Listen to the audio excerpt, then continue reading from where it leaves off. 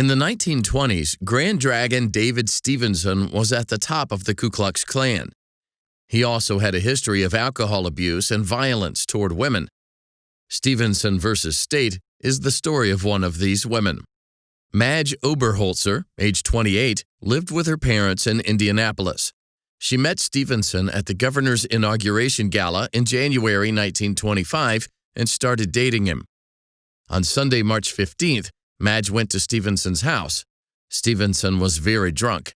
He gave her several drinks, told her he loved her, and demanded that she accompany him to Chicago. She refused and tried to call her mother, but Stephenson and some of his employees forced her onto a train.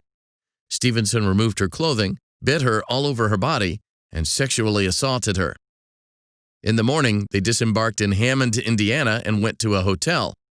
Madge decided to kill herself. She had Stephenson's chauffeur take her to a hat store and then to a pharmacy, where she surreptitiously purchased bichloride of mercury, a deadly poison. She swallowed the poison in the hotel and began vomiting blood.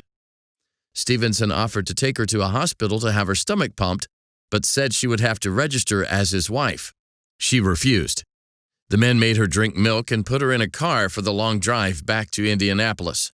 They drove through the night, Madge vomiting and screaming in agony. Around noon, Stephenson's men brought her home and reported that she'd been in a car accident. A doctor was summoned. He diagnosed wounds and bruises all over her body and the effects of poison.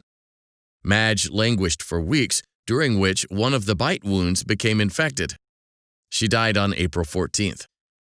At Stephenson's trial, doctors testified that the 24-hour delay in treatment materially reduced Madge's chances of recovery. Patients typically recovered from the dose of poison she took, but the delay in treatment together with the infection created a deadly combination. Stephenson argued that he hadn't committed murder because Madge's taking poison was an intervening act that broke the causal connection between his acts and her death, such that his abduction and assault weren't the proximate cause of her death. The trial court convicted Stephenson of second-degree murder. He appealed to the Indiana Supreme Court, defended by a team that included Clarence Darrow.